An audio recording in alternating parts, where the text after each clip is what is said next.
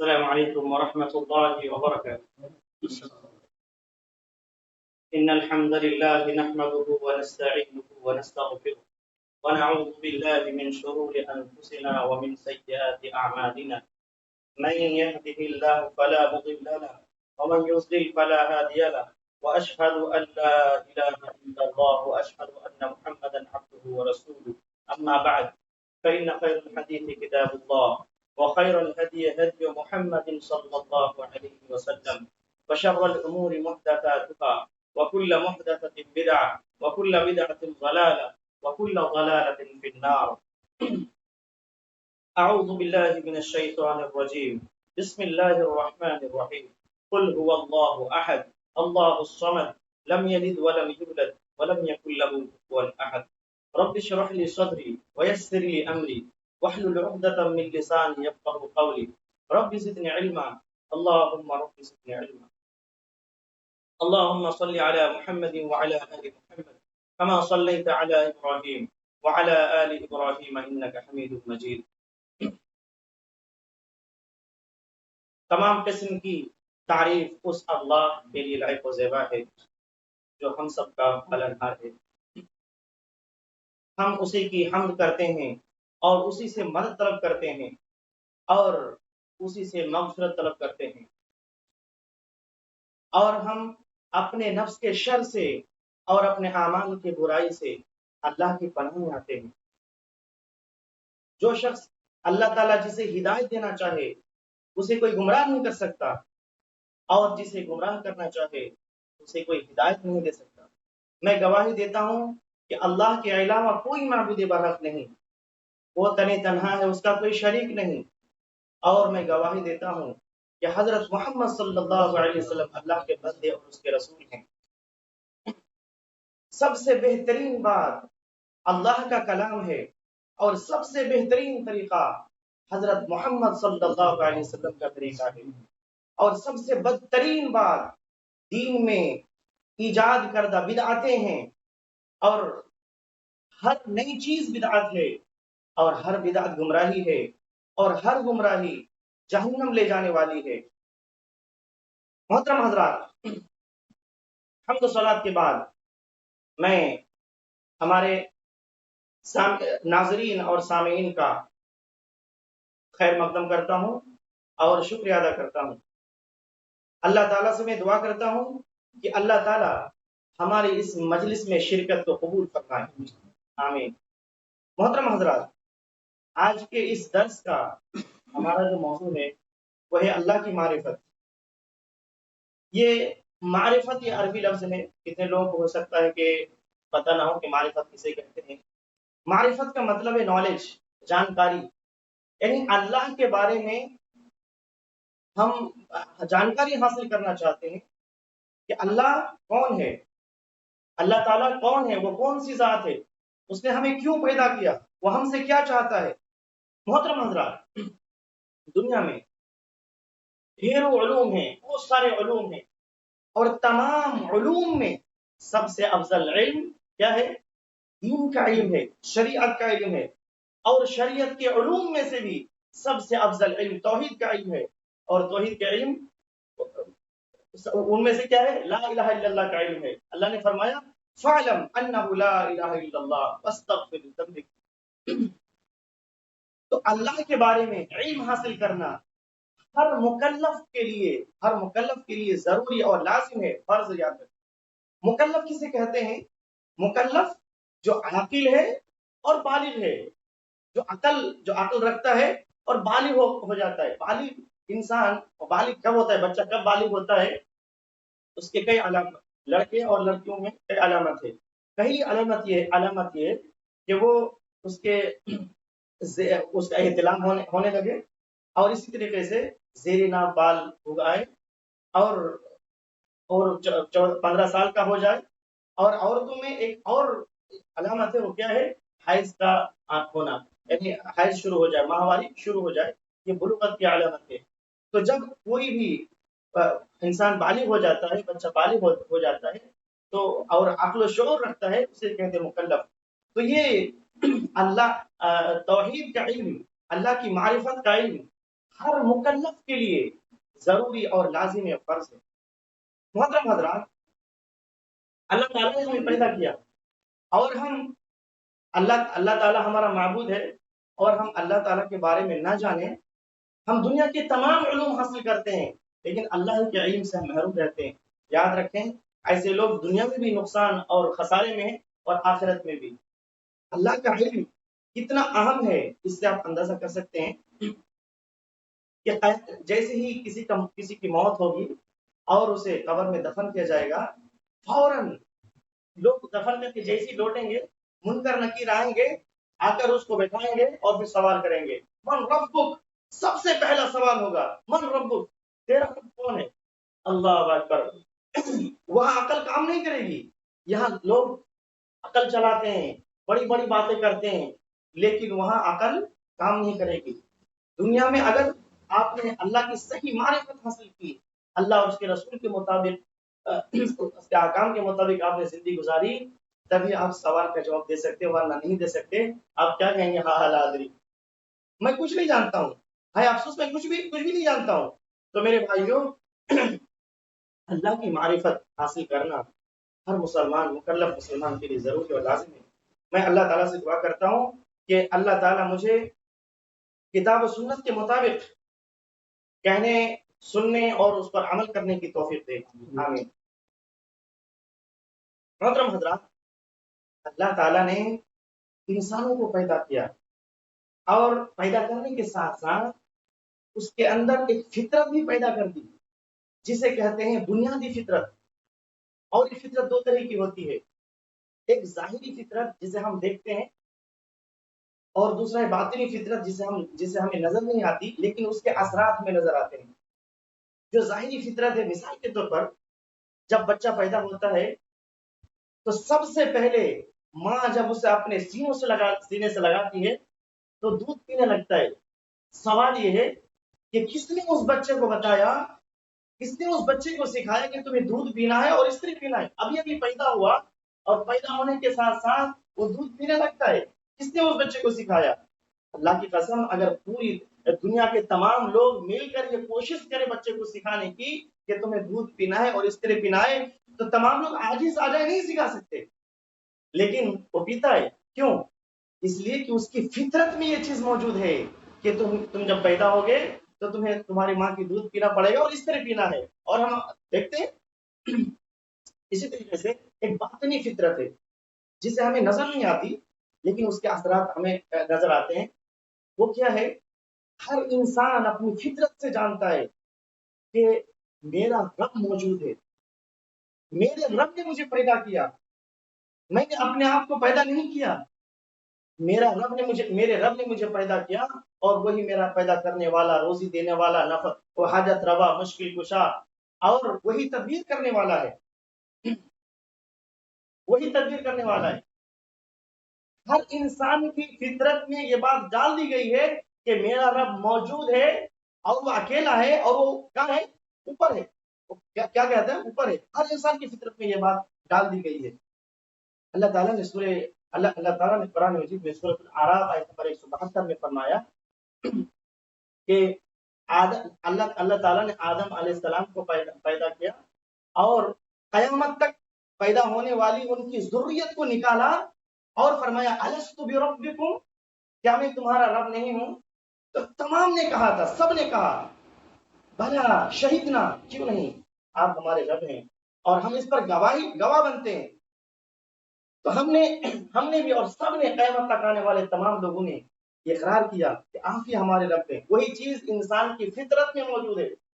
اللہ تعالیٰ کی ربوبیت کی یہ گواہی ہر انسان کی فطرت میں موجود ہے، اور یہی وجہ ہے کہ آپ کسی بھی انسان سے، غیر مسلموں سے آپ پوچھیں، اچھا بتاؤ تمہیں کس نے پیدا کیا؟ وہ کہے گا اوپر والے نے۔ وہ آسمان کی طرف ہاتھ اٹھائے گا اور کیا کہے گا؟ اوپر والے نے پیدا کیا۔ وہ یہ نہیں کہے گا کہ ارے ہمارے وہ معبود جس کے سامنے ہم سر جھکاتے ہیں اس نے پیدا کیا، نہیں، ہرگز نہیں۔ اس کو پوچھیے آپ کہ آسمان زمین کو کس نے پیدا کیا، تو اوپر دکھائے گا اوپر والے نے پیدا کیا۔ اللہ نے فرمایا وَلَئِن سَأَلْتَهُم مَّنْ خَلَقَ السَّمَاوَاتِ وَالْأَرْضَ لَيَقُولُنَّ اللَّهُ، آپ ان سے پوچھیں کہ آسمان و زمین کو پیدا کرنے والا کون ہے، تو کہیں گے اللہ تعالیٰ نے پیدا کیا. قل من رب السماوات السبع ورب العرش العظیم. آپ کہہ دیجئے، آپ ان سے پوچھیں کہ قل من رب السماوات السبع، سات آسمانوں کا پیدا کرنے والا رب کون ہے اور عرش عظیم کا رب کون ہے؟ وہ ضرور کہیں گے اللہ تعالیٰ. ہر انسان کی فطرت میں یہ چیز موجود ہے کہ مجھے اور اس پوری کائنات کو پیدا کرنے والا کون ہے؟ وہ رب ہے، وہ رب اوپر والا. محترم حضرات، اللہ کے نبی صلی اللہ علیہ وسلم نے فرمایا کل مولود یولد علی الفطرہ فابواہ یہودانہ وینصرانہ ویمجسانہ.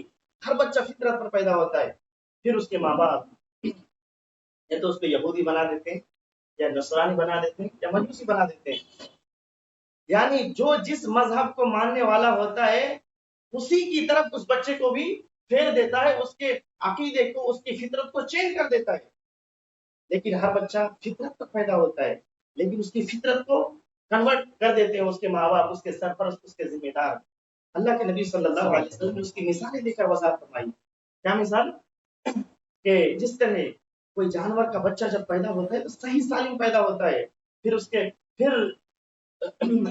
کا ناک کان کٹا ہوا نہیں ہوتا، لیکن تم لوگ نشان لگا کر اس کے ناک یا کان کاٹ دیتے ہو، جسم کا کچھ حصہ کاٹ دیتے ہو. تو اس کے جسم کو کس نے بگاڑا؟ اس کے کان کو کس نے بگاڑا؟ اللہ تعالیٰ نے تو اس طرح اس کو پیدا نہیں کیا تھا. اللہ اکبر. تو اسی طریقے سے انسان کا بچہ صحیح سالم پیدا ہوتا ہے، فطرت پر پیدا ہوتا ہے، لیکن اس کے سرپرست، اس کے ذمہ دار، اس کے ماں باپ اس کو بگاڑ دیتے ہیں. آج جو ہمیں بدعقیدہ یا فطرت کے خلاف لوگ کام کرتے نظر آتے ہیں، یہ اس کے سرپرست کی وجہ سے، اس کے ذمہ دار کی وجہ سے، اس کے ماں باپ کی وجہ سے.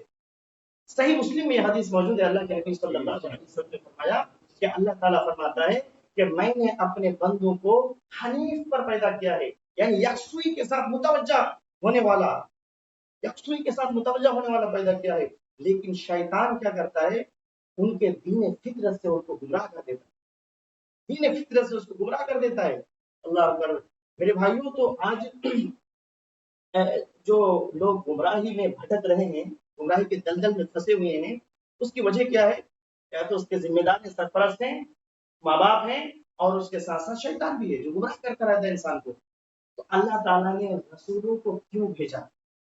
اسی لیے بھیجا، یہی یاد دلانے کے لیے کہ جس رب کو تم فطرت سے جانتے ہو، جس رب کو تم فطرت سے جانتے ہو کہ وہی رب ایک رب ہے جو موجود ہے اور وہ اکیلا ہے، اسی رب کی عبادت کرو، اسی رب کی عبادت کرو. یہی دعوت دینے کے لیے اللہ تعالیٰ نے انبیاء اور رسولوں کو بھیجا. اس دنیا میں بے شمار انبیاء اور رسول دنیا میں آئے، بے شمار انبیاء اور رسولوں کو دنیا میں بھیجا. سب سے پہلا رسول جو اس دنیا میں آیا وہ کون تھا؟ حضرت نوح علیہ السلام. اور سب سے آخر میں حضرت محمد صلی اللہ علیہ وسلم. تمام انبیاء اور رسولوں کی دعوت کیا تھی؟ یا ایھا الناس اتقوا ربکم الذی خلقکم، یا ایھا الناس اعبدوا ربکم الذی خلقکم والذین من قبلکم لعلکم تتقون. یا ایھا الناس اعبدوا ربکم، اے لوگوں، اس رب کی عبادت کرو جس نے تمہیں اور تم سے پہلے لوگوں کو پیدا کیا تاکہ تم اس کے عذاب سے بچو. تو انبیاء اور رسول اس دنیا میں آئے اس لیے تاکہ لوگوں کو بتائے کہ جس رب کو تم فطرت سے جانتے ہو اس رب کی عبادت کرو. جس رب نے تمہیں پیدا کیا وہی تمہاری تمام عبادات کا مستحق ہے. جو تمہارا رب ہے وہی تمہارا معبود ہے. وہ تمہارا معبود ہو ہی نہیں سکتا جو تمہارا رب نہ ہو. محترم حضرات، ہر انسان اپنی فطرت سے اپنے رب کو جانتا ہے کہ میرا رب موجود ہے، وہ اکیلا ہے، اور وہی خالق، مالک، رازق اور تدبیر کرنے والا ہے. اور وہ کہاں ہے؟ اوپر ہے. انبیاء کرام نے بتایا کہ جو تمہارا رب ہے وہی تمہارا معبود ہے، اور وہ کہاں ہے؟ آسمانوں کے اوپر، 7 آسمانوں کے اوپر عرش پر مستوی ہے. وہ کہاں ہے؟ انبیاء کرام نے کیا بتایا کہ جو تمہارا رب ہے وہی تمہارا معبود ہے، اور وہ کہاں ہے؟ 7 آسمان کے اوپر عرش پر مستوی ہے. سورہ طہ آیت نمبر 5 میں اللہ نے فرمایا الرحمن علی العرش استوى، رحمان عرش پر مستوی ہے. محترم حضرات، کسی بھی نبی کی یہ تعلیم نہیں تھی، کسی بھی نبی کی یہ تعلیم نہیں تھی کہ تمہارا رب ہر جگہ موجود ہے. جیسا کہ جو وحدت الوجود کا عقیدہ رکھتے ہیں، وحدت الوجود کا جو لوگ عقیدہ رکھتے ہیں کہ اللہ تعالیٰ ہر جگہ اور ہر چیز میں موجود ہے، نعوذ باللہ من ذالک، یہ کفری عقیدہ ہے، یہ فطرت کے خلاف عقیدہ ہے، یہ انبیاء کرام کی دعوت کے خلاف عقیدہ ہے، انبیاء کرام کی تعلیم کے خلاف عقیدہ ہے. انبیاء کرام نے یہ دعوت نہیں دی، انبیاء کرام نے یہ دعوت نہیں دی کہ تمہارا رب ہر جگہ اور ہر چیز میں موجود ہے. نبی کریم صحیح مسلم میں یہ حدیث موجود ہے، حضرت معاویہ بن حکم رضی اللہ عنہ کہتے ہیں کہ میری ایک لونڈی تھی جو احد کے مقامات پر میری بکریاں چرایا کرتی تھی. میں ایک دن وہاں گیا تو دیکھا کہ ایک بھیڑیا نے میری بکری کو اٹھا لے گیا. میں بھی انسان ہوں، مجھے بھی غصہ آتا ہے، میں نے اس کو ایک تھپڑ رسید کر دیا. پھر مجھے افسوس ہوا، میں اللہ کے نبی صلی اللہ علیہ وسلم کی خدمت میں حاضر ہوا اور عرض کیا اللہ کے رسول میں اس لونڈی کو آزاد کرنا چاہتا ہوں. تو آپ صلی اللہ علیہ وسلم نے فرمایا اسے میرے پاس لے آؤ. چنانچہ میں اسے آپ صلی اللہ علیہ وسلم کے پاس لایا تو آپ صلی اللہ علیہ وسلم نے اس لونڈی سے پوچھا اچھا بتاؤ اللہ کہاں ہے؟ اللہ اکبر، ذرا غور کریں، سوال پر غور کریں. آپ صلی اللہ علیہ وسلم لونڈی سے کیا سوال کر رہے ہیں؟ اچھا بتاؤ اللہ کہاں ہے؟ لونڈی کیا کہہ رہی ہے؟ آسمانوں کی طرف اشارہ کرتے ہوئے اللہ آسمانوں پر ہے. پھر دوسرا سوال آپ صلی اللہ علیہ وسلم نے کیا کہ اچھا بتاؤ میں کون ہوں؟ تو اس لونڈی نے کہا میں آپ اللہ کے رسول ہیں. تو آپ صلی اللہ علیہ وسلم نے اس لونڈی کے آقا سے مالک سے فرمایا اسے آزاد کر دو کیونکہ مومنہ ہے. سبحان اللہ. کیوں آزاد کر دو؟ کیونکہ یہ عقیدہ رکھتی ہے کہ اللہ آسمانوں پر ہے، آسمانوں کے اوپر ہے، اور یہ عقیدہ رکھتی ہے کہ میں اللہ کا رسول ہوں تو یہ مومنہ ہے، اسے آزاد کر دو. یہ نبی کریم صلی اللہ علیہ وسلم کی تعلیمات ہے. صحابہ اکرام نے یہی علم نبی صلی اللہ علیہ وسلم سے حاصل کیا. پھر صحابہ کے بعد جو تابعین آئے، صحابہ کے جو شاگرد ہوئے، انہوں نے بھی یہی علم حاصل کیا. چنانچہ امام ابو حنیفہ رحمۃ اللہ علیہ فرماتے ہیں کہ جو انکار کرتا ہے کہ اللہ تعالیٰ آسمانوں پر ہے، اس بات کا انکار کرتا ہے وہ کافر ہے. امام عبداللہ بن مبارک رحمۃ اللہ علیہ فرماتے ہیں کہ اللہ تعالیٰ عرش پر مستوی ہے، اور جو یہ کہتا ہے کہ اللہ یہاں بھی ہے اور انہیں زمین کی طرف اشارہ کیا تو وہ جہمی ہے. جانتے ہیں جہمی کسے کہتے ہیں؟ جہمی وہ لوگ ہیں جو جہم بن صفوان کے متبعین ہیں اور یہ اہل سنت والجماعت سے خارج ہیں. اور امام مالک رحمۃ اللہ علیہ نے ایسے جب یہ سوال کیا گیا امام صاحب اللہ تعالیٰ عرش پر مستوی ہے، کیسے مستوی ہے؟ راوی کہتے ہیں کہ امام مالک رحمۃ اللہ علیہ کو اتنا زیادہ غصہ آیا، انہوں نے سر جھکا لیا اور انتہائی پسینے سے شابور ہو گئے. پھر انہوں نے سر اٹھایا اور کہا کہ الاستواء معلوم والکیف مجهول والایمان به واجب والسؤال عنه بدعہ. استوا معلوم ہے، اس کی کیفیت مجهول ہے اور اس پر ایمان لانا واجب ہے، اور اس پر سوال کرنا کہ مستوی اللہ کس طرح مستوی ہے اس طریقے سے سوال کرنا یہ بدعت ہے. تم مجھے بدعتی معلوم ہوتے ہو. چنانچہ حکم دیا کہ انہیں یہاں سے باہر کر دیا جائے. چنانچہ ان کو باہر کر دیا گیا. محترم حضرات، تو انبیاء اکرام دنیا میں آئے اور اللہ تعالیٰ کا ایک ایک حکم، ایک ایک پیغام لوگوں تک پہنچایا. اور آخری نبی حضرت محمد صلی اللہ علیہ وسلم کو اللہ تعالیٰ نے اس دنیا میں بھیجا، خاتم النبیین بنا کر بھیجا، اور مسلمانوں پر بہت بڑا احسان کیا. جانتے ہیں اللہ تعالیٰ نے لوگوں پر ایسے ہی بے شمار احسانات و انعامات ہیں، لیکن مسلمانوں پر، مومنوں پر اللہ تعالیٰ کی خصوصی طور پر انتہائی زیادہ احسان ہے. احسان کیا اللہ تعالیٰ نے نبی صلی اللہ علیہ وسلم کو بھیج کر. اللہ نے فرمایا لقد من اللہ علی المؤمنین اذ بعث فیہم رسولا من انفسہم یتلو علیہم آیاتہ ویزکیہم ویعلمہم الکتاب والحکمہ وان کانوا من قبل لفی ضلال مبین. کہ اللہ تعالیٰ نے مومنوں پر بہت بڑا احسان کیا ہے کہ ان میں انہی میں سے ایک رسول بھیجا جو انہیں اللہ تعالیٰ کی کتاب پڑھ کر، اللہ کی آیات پڑھ کر سناتا ہے اور انہیں کتاب و حکمت سکھاتا ہے اور انہیں پاک کرتا ہے، کفر سے، شرک سے، نفاق سے، بدعمالیوں سے پاک کرتا ہے اور کتاب و حکمت سکھاتا ہے. اور اس سے پہلے یہ گمراہ تھے اللہ اکبر. اگر اللہ تعالیٰ حضرت محمد صلی اللہ علیہ وسلم کو ہم نے مبعوث نہیں کرتا ہم گمراہ ہوتے. ہم در در در در در کی ٹھوکر کھاتے پھرتے اور پتہ نہیں کہاں کہاں جاتے اور کہاں کہاں مزاروں میں اور کس طرح کتنے معبودوں کی پوجا کرتے. لیکن اس رب کا کتنا کرم ہے، فضل ہے، احسان ہے کہ اس رب نے ہمارے درمیان حضرت محمد صلی اللہ علیہ وسلم کو بھیجا اور آپ صلی اللہ علیہ وسلم نے ہمیں اللہ کا تعارف بتایا، اللہ کا پتہ بتایا. یہ اللہ تعالیٰ کا ہم پر بہت بڑا احسان ہے. تو ہمارا ایمان اور عقیدہ ہے کہ حضرت محمد صلی اللہ علیہ وسلم خاتم النبیین ہیں. آپ کے بعد کوئی نیا نبی آنے والا نہیں ہے. اور اللہ حضرت محمد صلی اللہ علیہ وسلم نے اللہ تعالیٰ کا ایک ایک پیغام لوگوں تک پہنچایا اور کوئی بات نہیں چھپائی، کوئی بات نہیں چھپائی. کیوں؟ اس لیے اللہ تعالیٰ کا حکم تھا کہ آپ میرا پیغام پہنچا دے. پر اللہ تعالیٰ نے فرمایا یا ایھا الرسول بلغ ما انزل الیک من ربک، اے رسول جو کچھ آپ پر میری طرف سے نازل کیا جا رہا ہے اسے لوگوں تک پہنچا دیجیے. وَإِن لَّمْ تَفْعَلْ فَمَا بَلَّغْتَ رِسَالَتَهُ، اگر آپ نے ایسا نہ کیا، اگر آپ نے ایسا نہ کیا تو آپ نے میری پیغام پہنچانے کا حق ادا نہ کیا. چنانچہ اللہ کے نبی صلی اللہ علیہ وسلم نے اللہ تعالیٰ کا ایک ایک پیغام لوگوں تک پہنچا دیا.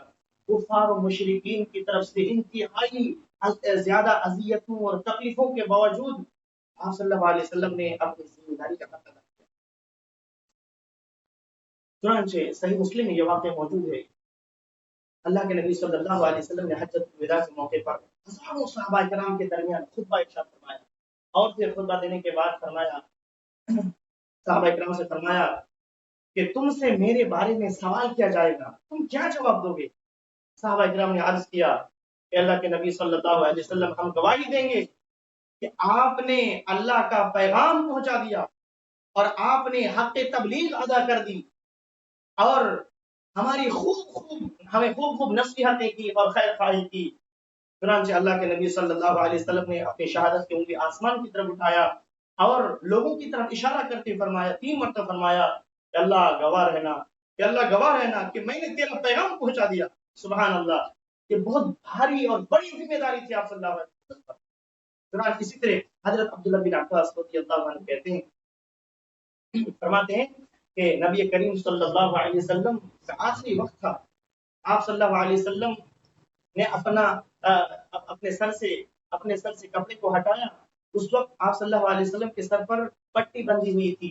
اس حال میں آپ صلی اللہ علیہ وسلم نے فرمایا، 3 مرتبہ فرمایا کہ اللہ یقیناً میں نے تیرا پیغام پہنچا دیا، یا اللہ یقیناً میں نے تیرا پیغام پہنچا دیا، یا اللہ یقیناً میں نے تیرا پیغام پہنچا دیا. میرے بھائیوں، تو اللہ کے نبی صلی اللہ علیہ وسلم نے اللہ تعالیٰ کا ایک ایک پیغام لوگوں تک پہنچا دیا. صحابہ کرام کو چھوٹے سے چھوٹے مسائل، تمام کے تمام مسائل، احکام مسائل سکھا دیے، حتیٰ کہ اللہ تعالیٰ نے اعلان کر دیا کہ یہ دین اب کامل اور مکمل ہو چکا ہے. اب اس کے بعد جب یہ دین کامل اور مکمل ہو چکا ہے، اب کوئی غلط عقیدہ رکھے، اس دین میں بدعت و خرافات کو انجام دے، دین سمجھ کر، نیکی سمجھ کر، نئی چیز، ایسی عبادت کو کرنے لگے جس کی قرآن اور حدیث میں کوئی دلیل نہیں ہے. یاد رکھیں بدعت ہے، وہ بدعت ہے جس کی کوئی دلیل موجود نہیں ہے. وہ کیا ہے؟ بدعت ہے. وہ نیکی سمجھ کر رہا ہے.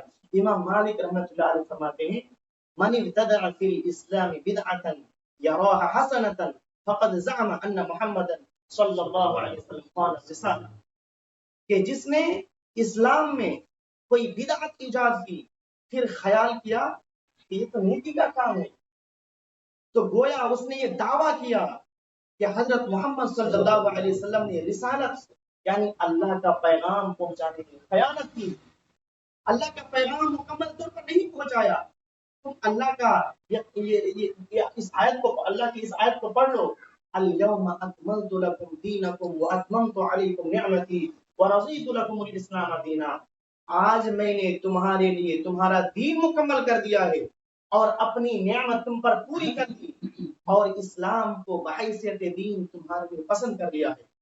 پھر امام مالک رحمۃ اللہ علیہ فرماتے ہیں، ولا يصلح آخر هذه الامه الا بما صلح به اولها، اور اس امت کے آخری لوگ بھی اسی چیز کے ساتھ درست ہو سکتے ہیں جن چیزوں کے ساتھ اس امت کے پہلے لوگ بھی درست ہوئے. اور پھر انہیں کیا ملا؟ اونچا مقام ملا. اللہ تعالیٰ نے ان کی تعریفیں کی، جنت کی خوشخبریاں ملی. اور قیامت تک آنے والے لوگ بھی اپنی اگر اصلاح چاہتے ہیں اور دنیا اور آخرت میں کامیابی حاصل کرنا چاہتے ہیں تو اسی طریقے سے اپنی اصلاح کرنی ہوگی جس طریقے سے صحابہ کرام نے اپنی اصلاح کی. اور جو اس وقت دین نہیں تھا، صحابہ کرام کے دور میں جو دین نہیں تھا وہ آج بھی دین نہیں ہو سکتا، کل بھی دین نہیں ہو سکتا، اور قیامت تک وہ دین نہیں ہو سکتا. اللہ اکبر. میرے بھائیوں ذرا سوچیں، آج کتنے ایسے لوگ ہیں جو بدعت و خرافات انجام دیتے ہیں، دین میں نئی نئی چیز ایجاد کرتے ہیں، حالانکہ قرآن و حدیث میں اس کی کوئی دلیل نہیں ہے، اور اس کو دین سمجھ کر نیکی سمجھ کر کرتے ہیں. تو گویا کہ اللہ کے نبی صلی اللہ علیہ وسلم پر سوالیہ نشان کھڑا کرتے ہیں. کیا کرتے ہیں؟ وہ سوالیہ نشان کھڑا کرتے ہیں. کیا سوالیہ نشان؟ کہ اللہ کے نبی صلی اللہ علیہ وسلم کو یہ بات کہنی تھی، پہنچانی تھی، لیکن نہیں پہنچائے، شاید بھول گئے، پتہ نہیں کیا ہوا، نعوذ باللہ من ذالک. تو ہم آج لوگوں کو بتا رہے ہیں کہ یہ کام کرو، یہ دین ہے، یہ عقیدہ ہے، یہی مطلب نیکی کا کام ہے. نعوذ باللہ من ذالک. وہ دین کبھی نہیں ہو سکتا جو اللہ اس کے رسول نے نہیں بتایا. اللہ رسول نے جو نہیں بتایا وہ دین نہیں ہو سکتا، جو بتایا وہی دین ہے. محترم حضرات، تو اب تک جتنی میں نے بات کی اس کا خلاصہ کیا ہے؟ اس کا خلاصہ 2-4 لفظوں میں یہ ہے کہ ہر انسان فطری طور پر اپنے رب کو جانتا ہے. کیا جانتا ہے؟ کہ میرا رب موجود ہے، وہ اکیلا ہے، وہی میرا خالق، مالک، رازق، تدبیر کرنے والا، نفع نقصان پہنچانے والا، حاجت رو مشکل کشا ہے. اتنا ہی جانتا تھا، لیکن اتنا جانتا ہے. پھر انبیاء اکرام نے اس کو کیا بتایا کہ جو تیرا رب ہے وہی تیرا معبود ہے، اور تیرے معبود کہاں ہیں؟ آسمانوں پر ہے، 7 آسمانوں کے اوپر عرش پر مستوی ہے. تمہیں اسی کی عبادت کرنی چاہیے، اس کے علاوہ کسی کی عبادت نہیں کرنی چاہیے. اور اسی طریقے سے جتنے انبیاء کرام اس دنیا میں آئے، تمام کے تمام انبیاء کرام اور خاص طور پر آخری نبی حضرت محمد صلی اللہ علیہ وسلم نے اللہ کا ایک ایک پیغام لوگوں تک پہنچا دیا. کسی طرح کی کوئی بات نہیں چھپائی، حتیٰ کہ اللہ تعالیٰ نے اعلان کر دیا کہ یہ دین اب کامل اور مکمل ہو چکا ہے. امام محمد بن عبد الوہاب رحمۃ اللہ علیہ فرماتے ہیں کہ جب تم سے کہا جائے، پوچھا جائے کہ تمہارا رب کون ہے، تو تم کہو کہ اللہ، میرا رب اللہ ہے جس نے میری اور پوری کائنات کی پرورش کی اپنی نعمتوں سے. پھر اس بات سنیں، محمد بن عبد الوہاب رحمۃ اللہ علیہ فرماتے ہیں کہ جب تم سے کہا جائے، پوچھا جائے کہ تمہارا رب کون ہے، تو تم کہو کہ میرا رب اللہ ہے جس نے میری اور پوری کائنات کی پرورش کی اپنی نعمتوں سے. محترم حضرات، یہ ساری کے سارے کائنات اپنے رب کی محتاج ہیں، اور اللہ تعالیٰ نے تمام کائنات، پوری کائنات کو محتاج ہی پیدا کیا ہے، کیونکہ حاجت روا صرف اور صرف خالق ہے، پیدا کرنے والا ہے. ضرورتوں کو پوری کرنے والا صرف اور صرف میرا پیدا کرنے والا ہے. مخلوق کبھی حاجت روا ہو ہی نہیں سکتا. افسوس کہ آج کتنے لوگ مخلوق کے پاس اپنی حاجت لے کر جاتے ہیں کہ اے مشکل کشا، اے حاجت روا، میری حاجت، میری ضرورت پوری کر دے. نعوذ باللہ من ذالک. مخلوق کبھی حاجت روا ہو ہی نہیں سکتا. اللہ تعالیٰ حاجت روا اور مشکل کشا ہے. بنیادی طور پر اللہ تعالیٰ نے تمام کے تمام مخلوقات کو محتاج ہی پیدا کیا ہے، اور یہ اللہ تعالیٰ کی حکمت ہے. یاد رکھیں، یہ اللہ تعالیٰ کی حکمت ہے. خلق کے اعتبار سے محتاج ہے، اپنے آپ کو پیدا نہیں کر سکتے اور نہ ہی کسی کو پیدا کر سکتے ہیں. رزق کے اعتبار سے محتاج ہے، اپنے آپ کو روزی نہیں دے سکتے. انبیاء، فرشتے، انسان، درند، پرند، چرند، تمام کے تمام مخلوقات محتاج ہے. اور درند، پرند، چرند جو بے عقل اور بے زبان جانور ہے، یہ سب کے سب اللہ تعالیٰ سے اپنی روزی طلب کرتے ہیں، روزی مانگتے ہیں، کیونکہ وہ جانتے ہیں کہ وہی میرا رب ہے اور روزی دینے والا بھی وہی ہے. یہ اس لیے پرندے درند پرند چرند جو بے عقل اور بے زبان جانور ہے وہ اللہ تعالیٰ سے اپنی روزی طلب کرتے ہیں. چنانچہ ایک مرتبہ حضرت ابو بکر صدیق رضی اللہ عنہ باغات سے گزر رہے تھے، باغ سے گزر رہے تھے، باغیچے سے گارڈن سے گزر رہے تھے. اچانک ان کی نظر ایک درخت پر پڑی. دیکھا ایک چھوٹا سا پرندہ آیا اور درخت کے پھل میں سے کھایا، مزے سے کھایا اور کھا کر اڑ گیا، چلا گیا.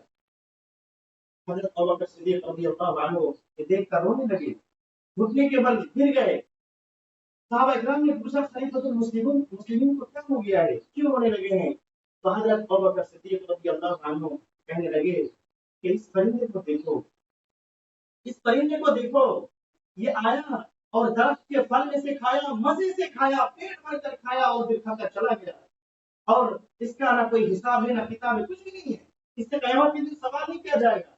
اور ہم بھی روزی حاصل کرتے ہیں، ہم بھی روزی کے تلاش میں کے لیے گھر سے نکلتے ہیں، لیکن ہمیں حساب دینا ہے، ہمیں پائی پائی کا حساب دینا ہے. اللہ اکبر. یہ وہ لوگ تھے جو دنیا کی ہر چیز سے عزت حاصل کرتے تھے. میرے بھائیوں کو ہمیں بھی عزت حاصل کرنی چاہیے. اللہ کی قدرت کی نشانیاں ہمیں نظر آئے گی اگر ہم اس طریقے سے عزت حاصل کریں گے تو. اور ہمیں اللہ تعالیٰ سے بھی رزق طلب کرنی چاہیے. کتنے لوگ آج پریشان ہیں روزی کو لے کر. انہیں چاہیے کہ اللہ پر بھروسہ کریں اور اللہ سے ہی روزی کی رزق طلب کریں. اللہ کے نبی صلی اللہ علیہ وسلم نے فرمایا لو توکلون علی اللہ لرزقکم کما یرزق الطیر تغدو خماصا وتروح بطانا. لو توکلون علی اللہ، اگر تم لوگ اللہ تعالیٰ پر بھروسہ کرو ویسے ہی اگر تم لوگ اللہ تعالیٰ پر بھروسہ کرو تو تمہیں اللہ تعالیٰ ویسے ہی رزق دے گا جیسے اس پرندے کو روزی دیتا ہے جو خالی پیٹ صبح سویرے اپنے گھونسلے سے نکلتا ہے اور جب شام کو واپس آتا ہے تو شکم سیر ہو کر واپس آتا ہے. بلکہ کچھ چیزیں اپنے چوزوں کے لیے بھی لے کے آتا ہے، اپنے چھوٹے چھوٹے بچوں کے لیے بھی وہ لے کے آتا ہے، خود پیٹ بھر لیتا ہے اور لے کے بھی آتا ہے. تو تمہیں بھی اللہ تعالیٰ ویسے ہی رزق دے گا اگر تم اللہ تعالیٰ پر بھروسہ کرو. یہ پرندے جانتے ہیں کہ اللہ تعالیٰ سے کس طرح روزی مانگی جاتی ہے. کاش کہ انسان بھی جان لیتا کہ اللہ تعالیٰ سے روزی کس طرح مانگی جاتی ہے. تو آج یہ رشوت، یہ سودی لین دین اور یہ چوری ڈکیتی اتنا عام نہیں ہوتا، کیونکہ انسان جسے اللہ تعالیٰ نے عقل و شعور سے نوازا ہے آج وہ کام کر رہے ہیں جسے دیکھ کر جانور بھی شرما جائے. جسے اللہ تعالیٰ نے عقل و شعور نہیں دیا لیکن وہ اللہ تعالیٰ سے روزی طلب کرتے ہیں. اور یہ انسان جسے اللہ تعالیٰ نے عقل و شعور سے نوازا ہے اور جس کی طرف اللہ تعالیٰ نے پیغمبروں کو بھیجا، رسولوں کو بھیجا ہے، آج یہ لوگ کیا کر رہے ہیں؟ چوری کر رہے ہیں، ڈکیتی کر رہے ہیں اور سودی لین دین کر رہے ہیں، اللہ تعالیٰ کی نافرمانی کے کام کر رہے ہیں روزی حاصل کرنے کے لیے. حالانکہ پرندے ایسا نہیں کرتے. محترم حضرات، تو ہمیں چاہیے کہ ہم اللہ تعالیٰ پر بھروسہ کریں، اللہ تعالیٰ پر توکل کریں. اسی طریقے سے اللہ تعالیٰ اپنی پوری کائنات کی تربیت اور پرورش اپنی نعمتوں سے کرتا ہے. اپنی پوری کائنات کی تربیت اور پرورش اپنی نعمتوں سے کرتا ہے. اللہ تعالیٰ نے انسانوں کو بے شمار نعمتوں سے نوازا ہے، بے شمار. اگر آپ ان نعمتوں کو گننا چاہیں تو گن نہیں سکتے، اتنی ساری نعمتیں اللہ تعالیٰ نے دے رکھی ہے. سورہ ابراہیم میں اللہ فرماتا ہے وَإِن تَعُدُّوا نِعْمَةَ اللَّهِ لَا تُحْصُوهَا. اللہ تعالیٰ کی نعمتوں کو اگر گننا چاہو تو گن نہیں سکتے. کن نعمتوں کو گنیں گے؟ گن نہیں سکتے. آپ جو کھانا کھا رہے ہیں نا، ذرا دیکھیں اس کھانے پر غور کریں، کتنا لذیذ، کتنا بہترین کھانا آپ کھاتے ہیں. اللہ نے فرمایا فَلْيَنْظُرِ الْإِنسَانُ إِلَىٰ طَعَامِهِ. انسان کو اپنے کھانے میں غور کرنا چاہیے، دیکھنا چاہیے کھانے کو جو کھا رہا ہے. اللہ تعالیٰ نے اسے جو اس کے لیے جو روزی مہیا کیا اسے دیکھنا چاہیے کہ کتنا لذیذ اور کتنا بہترین کھانا وہ کھا رہا ہے.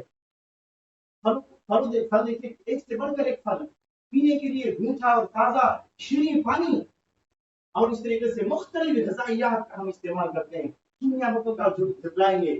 اللہ تعالیٰ کے بے شمار نعمتیں اللہ تعالیٰ نے اپنے بندوں کو دے رکھا ہے. مثال کے طور پر آپ کیلا کو لے لیجیے. کیلا میں کتنی نعمتیں ہیں ذرا سوچیے. بہت سارے ہر پھل میں نعمتیں ہیں لیکن مثال دینے کے لیے سمجھا رہا ہوں کہ مثال کے طور پر آپ کیلا کھاتے ہیں. کیلا جب ہاتھ میں لیتے ہیں کتنا خوبصورت ہے، یہ اللہ کی نعمت ہے. پھر اس کا چھلکا اتار کے آپ منہ میں ڈالتے ہیں، چباتے ہیں، نرم ہے، چبانے میں آسانی ہو رہی ہے، اللہ کی نعمت ہے. اگر وہ سخت ہوتا تو آپ چبا نہیں پاتے. اللہ تعالیٰ نے نرم کیا، یہ اللہ تعالیٰ کی نعمت ہے. پھر ذائقہ انتہائی لذیذ ہے، یہ اللہ تعالیٰ کی نعمت ہے۔ اس کے بعد پھر کھانے کے بعد آسانی سے ہضم ہو گیا، یہ بھی اللہ تعالیٰ کی نعمت ہے۔ اللہ اکبر۔ میرے بھائیو، ہضم ہونے کے بعد جو ہم کھا رہے ہیں وہ ہضم ہو گیا، ہضم ہونے کے بعد وہ چیزیں جب رگوں میں چلا گیا، خون میں جب چلا گیا، تو کیا ان نعمتوں کو آپ گن سکتے ہیں؟ ان نعمتوں کو گن سکتے ہیں کہ اس ایک کیلے سے اس میں کتنی غذائیت تھی، کتنے کاربوہائیڈریٹ تھے، کتنے منرلس تھے، کتنی اس میں وٹامن تھی، جسم کے کس کس حصے میں گئے، آپ کو کتنا ہی اس سے بینائی ملی، جسم ہڈیوں کو کتنی طاقت ملی، اور اس طریقے سے دوسرے اعضاء کو کتنی طاقت ملی، آپ اس کو مل سکتے ہیں؟ نہیں مل سکتے۔ ایک کیلے سے صرف ایک پھل جو آپ کھا رہے ہیں اور اس سے جو آپ کو فائدہ مل رہا ہے، جو اللہ کا دیا ہوا نعمت ہے، آپ گن نہیں سکتے۔ کن نعمتوں کو آپ گنیں گے؟ میرے بھائیو، یہ جو ہم سانس لے رہے ہیں، سانس یا اللہ تعالیٰ کی کتنی بڑی نعمت ہے، ذرا غور کریں۔ ہم ایک وقت میں بار بار سانس لے رہے ہیں، ہم بات کر رہے ہیں، خبریں کر رہے ہیں، چل رہے ہیں، کچھ بھی کر رہے ہیں، ہم سانس لے رہے ہیں، الگ سے ہمیں سوچنا نہیں پڑتا ہے کہ ہم سانس لیں۔ جو آکسیجن ہم لے رہے ہیں اور پھر اندر سے جو زہریلی گیس ہے وہ ہم چھوڑ رہے ہیں، جو ہمارے جسم کے لیے فائدہ مند ہے وہ ہم لے رہے ہیں، اور جو ہمارے لیے نقصان دہ زہریلی چیز ہے اس کو ہم چھوڑ رہے ہیں، ہمیں احساس ہی نہیں ہے۔ اللہ تعالیٰ نے وہ مشین اندر فٹ کر رکھی ہے جو یہ کام کر رہا ہے۔ اس سانس کی اہمیت اس وقت پتہ چلتا ہے جب انسان کا آکسیجن لیول کم ہو جاتا ہے، اور پھر ڈاکٹر کے پاس جاتے ہیں اور جا کر کہتے ہیں ڈاکٹر صاحب ایسی پریشانی ہے، اور پھر ڈاکٹر آکسیجن ہمارے ناک میں لگاتا ہے، سلنڈر ہمارے ساتھ رہتا ہے، اور ایک ایک سانس کو ہم گن رہے ہوتے ہیں، اور پھر اس وقت کہتے ہیں اے پروردگار، ہم جو اب تک کتنی جو سانسیں لیے، کبھی ہم نے سوچا نہیں کہ تیری کتنی بڑی نعمت کا ہم استعمال کر رہے ہیں، اور آج ہم ایک ایک سانس لے رہے ہیں، ہمیں گننا پڑ رہا ہے تو اس کا ہمیں پیسہ دینا پڑتا ہے، تو نے ہم سے کبھی پیسہ نہیں مانگا۔ سبحان اللہ۔ اللہ کی جنت کی نعمت پر جھٹلائیں گے؟ اللہ تعالیٰ نے آپ کا پورا جسم یا صحیح سالمیہ صرف آگ نہیں ہے۔ آپ کو لوگ اندھا کہیں گے، آپ کہیں گے کہ میری دنیا میں رہنے سے کوئی فائدہ نہیں۔ اللہ اکبر۔ اللہ فرماتا ہے وفی انفسکم افلا تبصرون، تمہارے جسم میں بھی اللہ تعالیٰ کی قدرت کی نشانیاں ہیں، یہ ایک الگ سی چھوٹی سی دنیا ہے، اس میں غور کرو۔ افلا تبصرون، کیا تم دیکھتے نہیں؟ اپنے جسم کو نہیں دیکھتے؟ اپنے نفس کو نہیں دیکھتے؟ اگر تم اپنے نفس میں غور کرو گے تو اللہ تعالیٰ کی بے شمار پیش بہا نعمتیں اور قدرتیں تمہیں نظر آئے گی، اس اللہ کی عظیم و شان نعمت تمہیں نظر آئے گی۔ اپنے جسم میں غور کرو، کائنات میں غور کرو، اللہ تعالیٰ کی نعمتیں، اللہ تعالیٰ کی جو قدرتیں ہیں وہ تمہیں سمجھ میں آئے گی۔ لیکن افسوس کہ انسان ان چیزوں میں غور نہیں کرتا۔ کاش کہ اگر غور کرتا تو رب کی معرفت ہمیں سمجھ میں آتی، لیکن ہم غور نہیں کرتے۔ ہم دنیاوی علوم کے لیے تو ہم بہت کچھ کرتے ہیں، اللہ کو سمجھنے کے لیے، اللہ کو جاننے کے لیے، اور اللہ کی صحیح معرفت کے لیے ہمارے پاس وقت نہیں ہے۔ محترم حضرات، اسی طریقے سے امام محمد بن عبد الوہاب رحمۃ اللہ علیہ فرماتے ہیں کہ بما عرفت ربک، اچھا بتاؤ تم نے اپنے رب کو کیسے جانا، کیسے پہچانا کہ میرا رب اللہ ہے، میرا معبود اللہ ہے؟ تم نے اپنے رب کو کیسے جانا، کیسے پہچانا؟ یہ سوال کیوں کیا گیا کہ تم نے اپنے رب کو کیسے پہچانا، کیسے جانا؟ کیونکہ موجودات میں سے جو چیز موجود ہے، جو چیز حاضر ہے، انسان جب اس کو دیکھتا ہے تو سمجھ آتا ہاں یہ چیز ہے۔ چنانچہ آپ جو ہے ہندو سے پوچھیں کہ رام کیسا ہے، جس کی تم عبادت کرتے ہو، جو تمہارا معبود ہے وہ کیسا ہے، تو آپ کو تصویر دکھا دیا، دیکھو یہ رام ہے، ہم اس کی عبادت کرتے ہیں۔ اور عیسائی اپنے چرچ میں عیسیٰ علیہ السلام کی تصویر لگا رکھی ہے کہ ہم اس معبود کو دیکھتے ہیں، ہم اس کی عبادت کرتے ہیں۔ مجوسیوں سے پوچھیں کہ تمہارے رب کی معرفت کیا ہے، تمہارا رب کیسا ہے، وہ کہے گا ارے دہتا یا آگ کا گولا، اتنا بڑا سورج جس سے ہم تمام دنیا والے فائدہ حاصل کر رہے ہیں، اتنا بڑا ہے تو یہی میرا رب ہے، اور وہ اپنے رب کو دکھا دیتا ہے۔ یہی سوال اللہ کے نبی صلی اللہ علیہ وسلم سے کیا گیا کہ تیرے رب کی نسبت کیا ہے؟ مشرکین نے کہا کہ ہم لات و عزا کی عبادت اس لیے کرتے ہیں کیونکہ ہم اس کو دیکھتے ہیں، وہ ہمارے سامنے ہے۔ مجوسیوں نے کہا کہ ہم سورج کی عبادت اس لیے کرتے ہیں کہ سورج ہمارے سامنے ہے، اس سے بڑے فائدے ہمیں حاصل ہیں، اس سے اس کی عبادت کرتے ہیں۔ عیسائیوں نے کہا کہ ہم عیسیٰ علیہ السلام کی اس لیے عبادت کرتے ہیں کہ وہ ہمارا معبود ہے، ہمارے سامنے ہے۔ تو تیرے رب کی نسبت کیا ہے، تیرے رب کی صفت کیا ہے، ہم کیسے جانیں کہ تیرا رب موجود ہے اور تیرے رب کی عبادت کرنی چاہیے؟ تو اللہ تعالیٰ نے سورہ اخلاص نازل کی، قل هو اللہ احد اللہ الصمد لم یلد ولم یولد ولم یکن له کفوا احد۔ اے نبی آپ کہہ دیں کہ اللہ تنہا تنہا ہے۔ تو کیا رام تنہا تنہا نہیں، رام اکیلا نہیں؟ کیا عیسیٰ علیہ السلام اکیلا نہیں؟ کیا غصہ اور دوسرے معبود وہ اکیلا نہیں؟ تو اللہ نے فرمایا اللہ الصمد، اللہ کون ہے؟ اللہ بے نیاز ہے، جسے کسی چیز کی ضرورت نہیں ہے۔ تو کیا رام بے نیاز ہے؟ ماں باپ کی ضرورت تھی، اور اس طریقے سے جتنے معبودان باطلا ہیں اسے تو تمام چیزوں کی ضرورت تھی، وہ تو ہر چیز کے محتاج تھے۔ اللہ الصمد، تو میرا رب کون ہے؟ میرا رب کون ہے؟ اللہ احد، قل هو اللہ احد، اللہ تعالیٰ ایک ہے، تنہا ہے، اور وہ بے نیاز ہے۔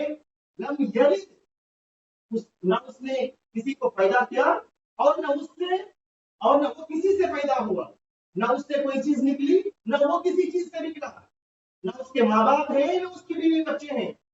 ولم یکن له کفوا احد، اور اس کا کوئی ہمسر نہیں، اس کا کوئی برابر نہیں۔ لیس کمثلہ شیء وهو السمیع البصیر، اس جیسا کوئی نہیں ہے، اور وہ سننے والا اور دیکھنے والا ہے۔ اللہ اکبر۔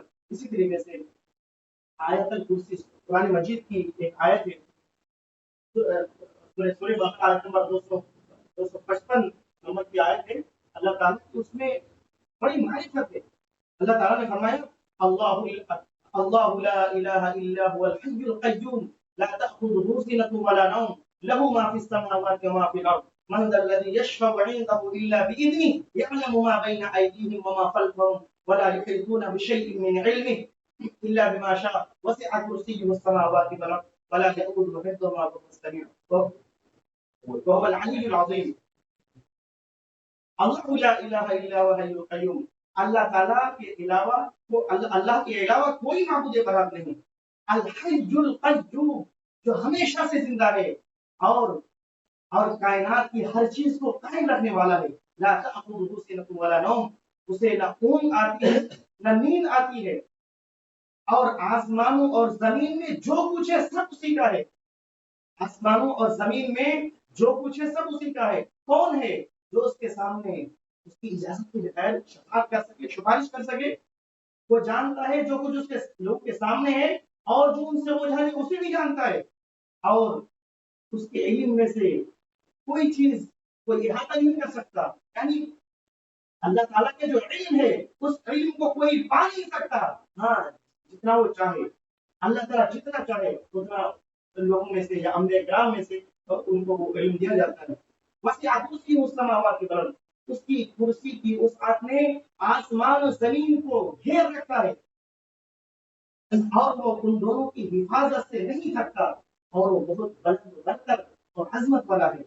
سبحان اللہ۔ اس آیت میں غور کریں، یہ سورہ بقرہ کی آیت ہے، اور یہ آیت الکرسی سے مشہور ہے۔ اس آیت میں اللہ تعالیٰ کی عظیم معرفت بیان کی گئی ہے، اللہ تعالیٰ کی اس آیت میں عظیم معرفت بیان کی گئی ہے۔ اس آیت کے تعلق سے ابی بن کعب رضی اللہ عنہ فرماتے ہیں کہ اللہ کے نبی صلی اللہ علیہ وسلم نے مجھ سے پوچھا، اے ابو منذر، کیا تم جانتے ہو قرآن مجید کی سب سے عظیم آیت کون سی ہے؟ تو میں نے کہا اللہ و رسول اعلم، اللہ اس کے رسول بہتر جانتے ہیں۔ پھر میں نے پوچھا، پھر آپ صلی اللہ علیہ وسلم نے پوچھا کہ ابو منذر جانتے ہو کہ قرآن مجید کی سب سے عظیم آیت کون سی ہے؟ تو میں نے کہا اللہ لا الہ الا هو الحي القیوم۔ تو آپ صلی اللہ علیہ وسلم نے میرے سینے پہ ہاتھ مارا اور فرمایا یہ علم تمہیں مبارک ہو۔ اسی طریقے سے حضرت ابو ہریرہ رضی اللہ عنہ فرماتے ہیں کہ اللہ کے نبی صلی اللہ علیہ وسلم نے فرمایا کہ ہر چیز کی ایک کوہان ہوتی ہے، اور قرآن کی کوہان سورۃ البقرہ ہے، اور اس سورے میں ایک ایسی آیت ہے جو تمام آیتوں کی سردار ہے، اور وہ آیت کون سی ہے؟ سورۃ آیت الکرسی، اللہ لا الہ الا هو الحي القیوم۔ اس آیت کی بہت ساری فضیلتیں ہیں، رات میں خاص طور پر پڑھ کر سونے کی فضیلت ہے، اور ہر نمازوں کے بعد پڑھنے پر ترغیب دی گئی ہے۔ اس کے علاوہ بہت ساری فضیلتیں اس آیت میں بیان کی گئی ہے۔ اس آیت میں اللہ تعالیٰ کی عظیم الشان معرفت موجود ہے۔ اللہ تعالیٰ نے سب سے پہلے کیا فرمایا؟ اللہ لا الہ الا هو، اللہ لا الہ الا هو، اللہ کے علاوہ کوئی معبود برحق نہیں۔ اب وہ معبود کیسا ہے، اس کی صفت کیا ہے؟ وہ معبود کیسا ہے، کیسے ہم مان لیں کہ وہ معبود ہے؟ تو دلیل کیا ہے؟ الحی، جو ہمیشہ سے ہے، جو ازل سے ہے اور ابد تک رہنے والا ہے، اللہ اکبر، وہ ہمارا معبود ہے جو ازل سے ہے اور ابد تک رہے گا، ہمیشہ ہمیشہ سے ہے اور ہمیشہ سے رہے گا۔ تو معلوم یہ ہوا کہ جو ہستی ہے نہیں وہ معبود بھی نہیں ہو سکتا۔ آپ آپ ذرا غور کریں، جن چیزوں کی لوگ عبادت کرتے ہیں، پرستش کرتے ہیں، یا تو وہ ختم ہو گئے، یا اگر ختم نہیں ہوئے، نہیں مرے، تو مرنے والے، فنا ہونے والے، کیونکہ وہ حادث ہیں۔ اور جو چیز حادث ہے یعنی اس کو وجود بخشا گیا ہے سب سے پہلے، ہمیشہ، اللہ ہمیشہ سے تھا اور ہمیشہ رہے گا۔ تو اللہ تعالیٰ نے تمام چیزوں کو پیدا کیا، تو جو چیز حادث ہے وہ فنا ہو جائے گا، ختم ہو جائے گا، یا تو موت اس پر لازمی ہے، مر جائے گا۔ تو جو ہے نہیں، جو ہستی ہے نہیں، وہ معبود بھی نہیں ہو سکتا۔ دوسری چیز کیا بتایا؟ القیوم، وہ بذات خود قائم ہے، وہ اس کے قائم رہنے کے لیے کسی چیز کی ضرورت نہیں، وہ کسی کے سہارے اور مدد کی اسے ضرورت نہیں پڑتی، تمام لوگ محتاج ہیں، وہ کسی کا محتاج نہیں ہے۔ تو جو قائم ذات نہیں وہ معبود بھی نہیں ہو سکتا۔ اس کے بعد فرمایا لا تأخذه سنة ولا نوم، اللہ اکبر، ذرا غور کریں، لا تأخذه سنة ولا نوم، نہ اسے اونگ آتی ہے نہ نیند۔ اللہ کی معرفت سمجھیں، اللہ تعالیٰ کو سمجھنے کی کوشش کریں کہ ہمارا رب، ہمارا معبود کیسا ہے۔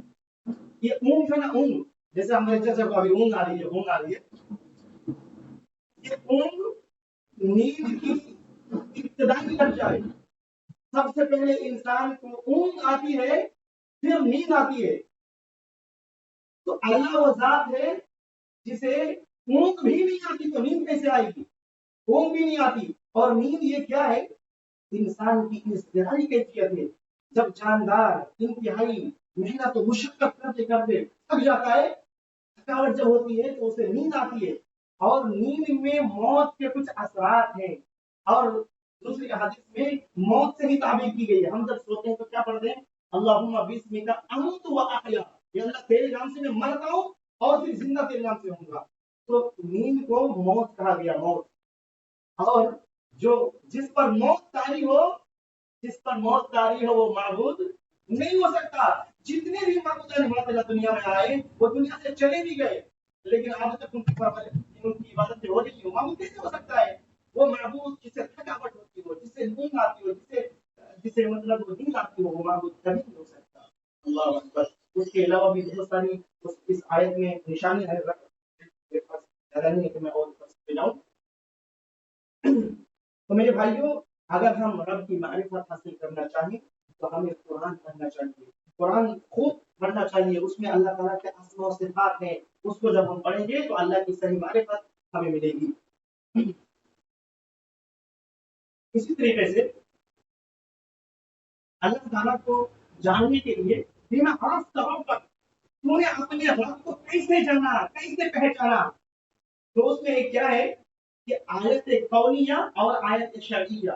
ایک آیت کونیہ یعنی، آیت کونیہ کسے کہتے ہیں؟ یعنی کائنات میں غور و فکر کرنے سے ہم نے مطلب معلوم کیا کہ میرا رب اللہ ہے، میرا رب کون ہے؟ اللہ ہے۔ جب ہم نے آیت کونیہ میں بھی غور و فکر کیا، آیت شرعیہ جو قرآن میں ہے اور اللہ کے نبی صلی اللہ علیہ وسلم نے جو اللہ تعالیٰ کی معرفت بتائی، اللہ تعالیٰ کے بارے میں بتایا، تو اللہ تعالیٰ کی معرفت کا سب سے بڑا ذریعہ وحی الہی ہے، یاد رکھیں۔ اللہ تعالیٰ کو جاننے کا، اللہ تعالیٰ کے بارے میں علم حاصل کرنے کا سب سے بڑا ذریعہ کیا ہے؟ وحی الہی ہے۔ اور اس کے بعد آیت کونیہ ہیں جو کائنات ہمیں نظر آتے ہیں، اور اللہ تعالیٰ نے بار بار انسانوں کو کہا ہے کہ تم غور کرو، کائنات میں جو تخلیقات اللہ تعالیٰ کی جو مخلوقات ہے اس میں غور کرو، اپنے نفس پہ غور کرو، آسمان، زمین، چاند، سورج، ستارے، اتنے بڑے بڑے پہاڑ، اتنے عظیم الشان سمندر، ان تمام چیزوں میں غور کرو، اس میں تمہیں اللہ کی قدرت کی نشانیاں معلوم ہوں گی، اللہ تعالیٰ کی عظیم الشان نشانیاں اس میں ہمیں نظر آئیں گی۔ تو اس میں غور کرو، غور کرنے کا اللہ تعالیٰ نے حکم دیا ہے۔ اللہ تعالیٰ نے فرمایا سورہ آل عمران آیت نمبر 190 میں، اللہ نے فرمایا ان فی خلق السماوات والارض واختلاف اللیل والنہار لآیات لأولی الالباب الذین یذکرون اللہ قیاما وقعودا وعلی جنوبہم وَيَتَفَكَّرُونَ فِي خَلْقِ السَّمَاوَاتِ وَالْأَرْضِ رَبَّنَا مَا خَلَقْتَ هَذَا بَاطِلًا سُبْحَانَكَ فَقِنَا عَذَابَ النَّارِ۔ سبحان اللہ، اس آیت میں غور کرے، اللہ نے فرمایا ان فی خلق السماوات والارض، بلا شبہ آسمان اور زمین کی پیدائش میں، ان فی خلق السماوات والارض واختلاف اللیل والنہار، اور رات اور دن کے باری باری آنے جانے میں اللہ تعالیٰ کی بے شمار نشانیاں ہیں اہل عقل کے لیے، جو عقل مند ہیں، جو اپنے عقل کا، جو عقل سے غور و فکر کرتے ہیں، ان چیزوں میں جو غور و فکر کرتے ہیں، اہل عقل کے لیے بہت ساری نشانیاں ہیں اللہ تعالیٰ کی۔ کون عقل والے؟ اللہ تعالیٰ نے اس کی بھی وضاحت کی کہ یہ عقل والے کون ہیں؟ جو آسمان و زمین اور لیل و نہار یعنی رات و دن میں غور و فکر کرتے ہیں۔ کون ہے عقل والے؟ الذین یذکرون اللہ قیاما وقعودا، جو اٹھتے بیٹھتے چلتے اٹھتے بیٹھتے لیٹتے اللہ کا ذکر کرتے رہتے ہیں اور آسمان و زمین کی تخلیق پر غور و فکر کرتے رہتے ہیں۔ اتنا بڑا آسمان جس پر کوئی ستون نہیں، بغیر ستون کے، اور اس پر کوئی شگاف نہیں، کوئی نقص نہیں، کوئی عیب نہیں، اتنا خوبصورت آسمان، اور یہ زمین اور یہ چاند اور یہ سورج اللہ تعالیٰ نے بیکار نہیں پیدا کیا۔ جب وہ غور و فکر کرتے ہیں، اہل عقل والے جب غور و فکر کرتے ہیں تو کس نتیجے پر پہنچتے ہیں؟ ربنا ما خلقت هذا باطلا، اللہ اکبر، اے ہمارے پروردگار، تو نے ان چیزوں کو بے مقصد پیدا نہیں کیا ہے۔ اللہ اکبر، جب غور و فکر کرتے ہیں تو اس کے کس نتیجے پر پہنچتے ہیں کہ اے ہمارے پروردگار، تو نے ان چیزوں کو بے مقصد پیدا نہیں کیا ہے۔ جیسا کہ آج جو اہل دہریہ ہیں یا دوسرے لوگ ہیں، وہ کیا کہتے ہیں کہ یہ جو آسمان اور زمین اور چاند سورج یہ ایسے ہی ہے، ایسے وجود میں آ گیا، یعنی کچھ ذرات جو ہے مطلب وہ ایک ساتھ جمع ہوئی، پھر سورج بنا، سورج پھر گردش کرنے لگا، اس سے پھر ایک حصہ الگ ہوا تو زمین بنی، اور پھر زمین گردش کرنے لگی، پھر زمین سے کچھ حصہ الگ ہوا تو پھر چاند بنا، اور پھر اس طریقے سے یہ نظام چل رہا ہے، دوسرے سیارات بن رہے ہیں۔ تو یہ پھر ایک دن کیا ہوگا کہ یہ چیزیں پھر ختم، درہم برہم ہو جائیں گی، اس کے بعد پھر سے پھر وجود میں آئے گا، یعنی اسی طرح ہمیشہ ہوتا رہے گا۔ نعوذ باللہ من ذالک۔ ایسا نہیں ہے، جو اہل عقل والے جو غور و فکر کرتے ہیں تو مخلوق پر غور و فکر کرنے کے بعد خالق تک پہنچتے ہیں کہ اتنا بڑا آسمان، اتنی بڑی زمین، اتنا بڑا سورج جو پوری دنیا کو روشن کیے ہوئے ہے، دہتا ہوا انگارہ، اتنے بڑے بڑے ہیں، تو اس کا خالق کتنا بڑا ہوگا۔ اللہ اکبر۔ تو وہ اللہ کا ڈر، اللہ کا خوف، اللہ کی ہیبت، اللہ کی خشیت، اللہ کی محبت اس کے دلوں میں پھر بیٹھتی ہے، اور پھر اللہ کی سے صحیح معرفت حاصل ہوگی۔ تو میرے بھائیوں، ہمیں اور آپ کو چاہیے کہ ہم ان تمام چیزوں میں غور و فکر کریں۔ اللہ کی قدرت کی عظیم الشان نشانیاں اس میں موجود ہیں۔